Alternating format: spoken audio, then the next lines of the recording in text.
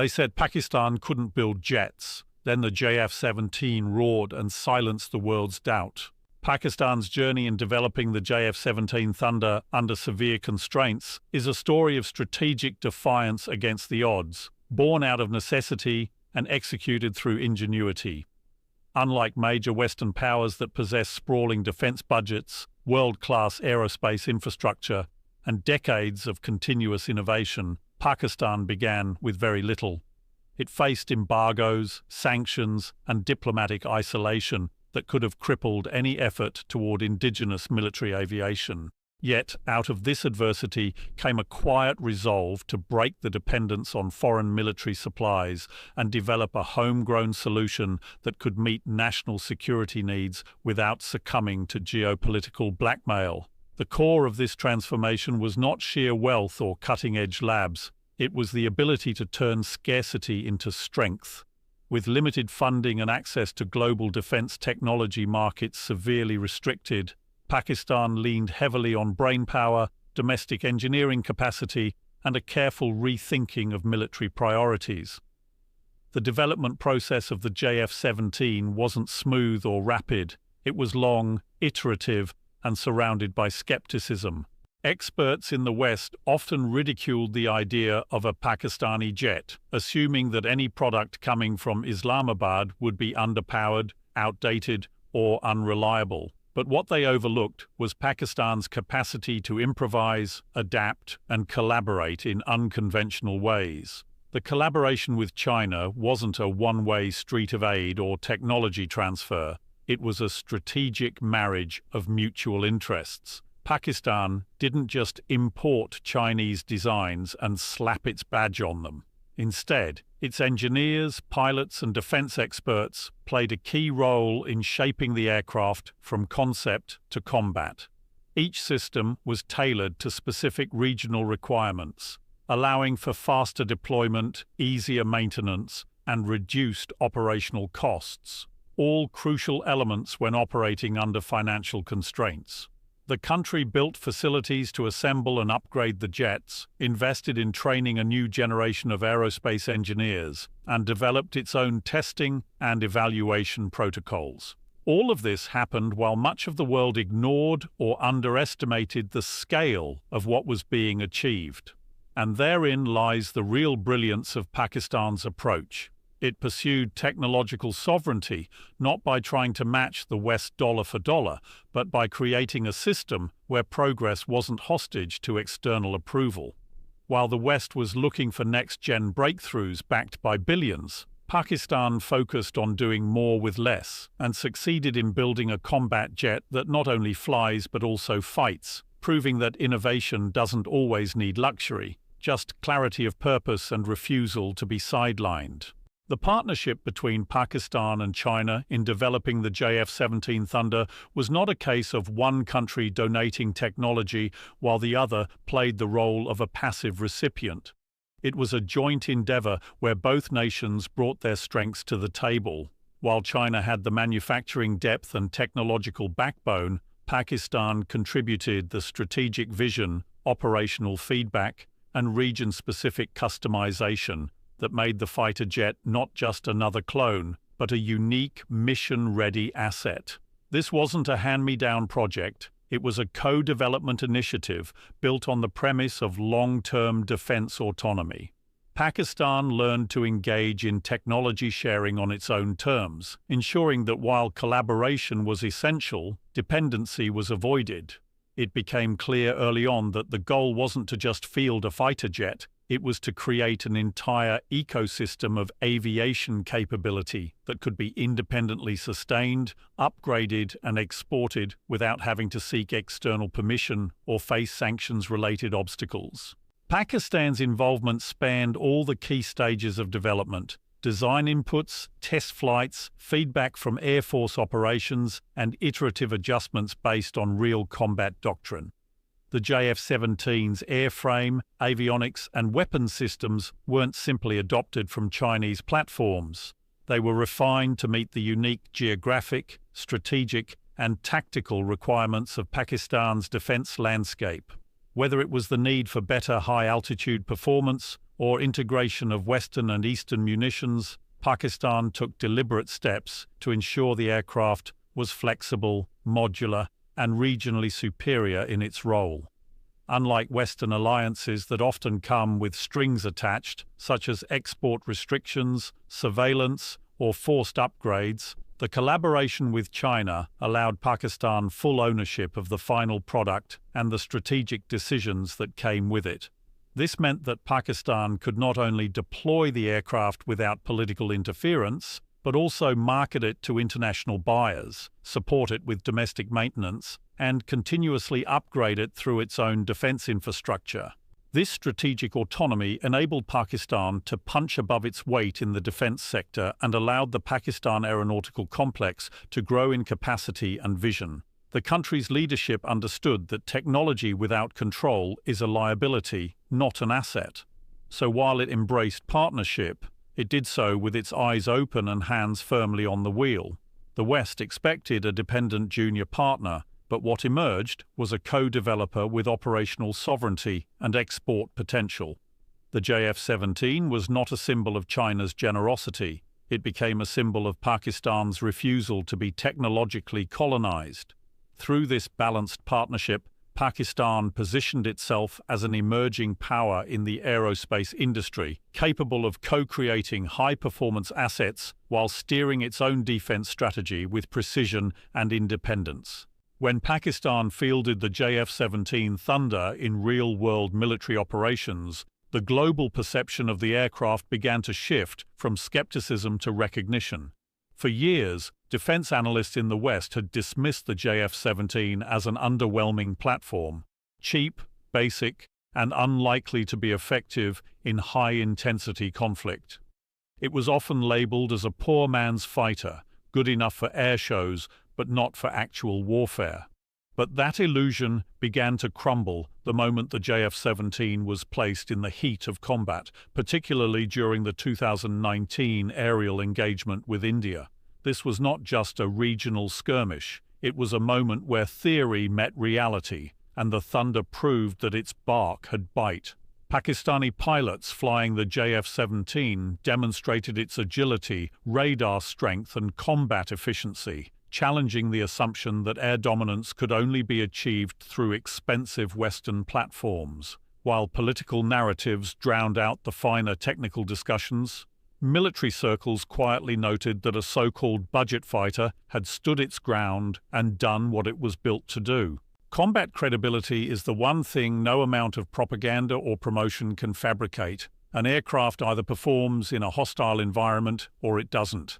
The JF-17 did, and in doing so, it shattered the myth that only multi-million-dollar jets can be effective war machines. Its ability to carry beyond visual range missiles, conduct electronic warfare, and perform day-night missions meant it could deliver strategic value at a fraction of the cost. Western militaries, obsessed with stealth, network-centric warfare, and billion-dollar procurement cycles, were caught off guard by a nation that prioritized function over flair. Pakistan didn't need a plane that could pose in hangars for glossy brochures. It needed a fighter that could respond, engage, and return safely under pressure, and it built exactly that. The aircraft's performance also sent a clear message to defense buyers around the world. Capability does not have to come with a Western label. Countries that had long felt priced out of modern airpower began taking note. The JF-17 was not just a defensive tool for Pakistan, it became a proof of concept for the idea that you could be technologically independent and still militarily effective. Its involvement in real combat scenarios became its best advertisement, and that combat credibility changed the JF-17's image permanently. It wasn't just a domestically produced fighter anymore, it was a tested operational weapon of war that forced its critics to rethink what matters most in modern air combat. Not cost, not brand, but real-world results. That shift in perception was not gifted to Pakistan, it was earned, flown, and fought for in the skies. Pakistan's entry into the global fighter jet market with the JF-17 Thunder disrupted an arena long dominated by Western powers and Russian manufacturers. For decades, the export of military aircraft was tightly held within a few elite hands, nations with the technological edge, financial clout, and political influence to dictate who could buy what, when, and under what conditions. In that landscape, the idea that Pakistan could produce and sell its own multi-role fighter jet seemed laughable to many in defense circles. But that perception didn't account for how quickly the rules of the game were changing. The JF-17's entrance into international defense exhibitions marked the beginning of a bold campaign to position Pakistan as more than a consumer of foreign technology. It was now a producer, and more importantly, a competitor. The aircraft offered something most others could not: capable performance, rapid delivery, and complete transfer of ownership, all at a price point that developing nations could actually afford. As countries like Nigeria, Myanmar, and Azerbaijan showed interest and signed deals, the Western arms industry could no longer ignore the ripple effect. These were not symbolic sales. These were signs that Pakistan had cracked a critical part of the defense business, matching operational relevance with affordability. The JF-17 proved particularly appealing to nations that needed to modernize their fleets but were tired of navigating the political strings attached to Western or even Russian contracts. Pakistan did not impose ideological demands, require alignment with foreign policies, or place restrictions on usage. Instead, it offered full support packages, local training, and the possibility of co-production in the future. That business model resonated with smaller militaries that wanted freedom, not foreign dependency disguised as support. This shift deeply challenged Western assumptions. For decades, the belief was that only aircraft with the F or SU designation could dominate the skies or the markets. The emergence of the JF-17 forced a reconsideration of what made a fighter jet valuable. Was it raw power and advanced stealth?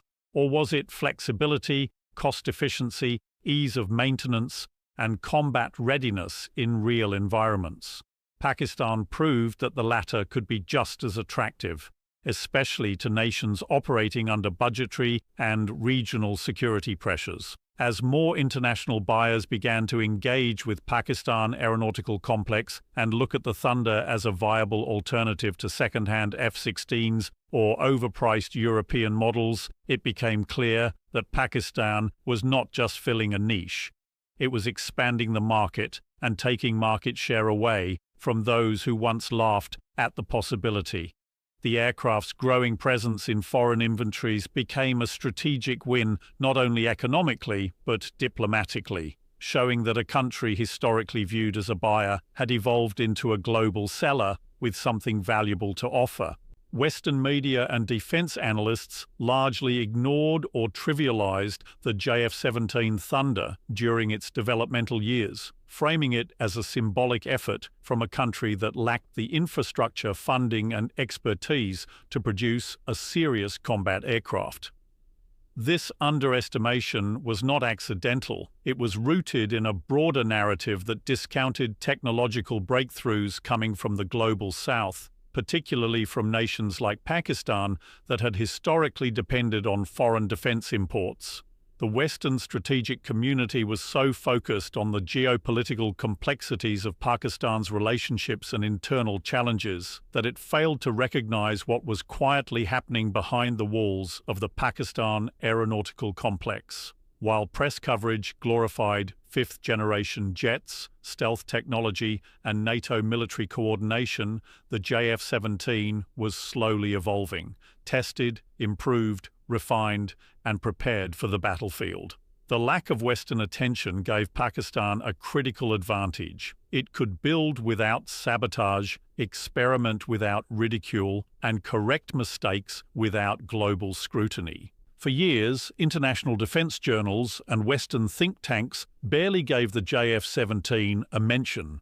When they did, it was often condescending, framing the aircraft as a trainer with weapons or a poor man's fighter jet. not recognizing that it was being designed to serve a very specific purpose in modern asymmetric warfare. This strategic silence worked in Pakistan's favor. It allowed the engineers, pilots, and planners behind the JF-17 program to work without being boxed into expectations, free from the political and media pressure that usually follows emerging defense technologies. The West was too busy measuring the jet against legacy platforms like the F-16 or Eurofighter, never considering that the JF-17 was never trying to be a mirror image of those aircraft. It was built to be rugged, affordable, easy to maintain, and capable of delivering precision strikes, qualities that don't fit neatly into glossy brochures but win battles in the real world. The media silence became more awkward as the jet entered active service and began to perform.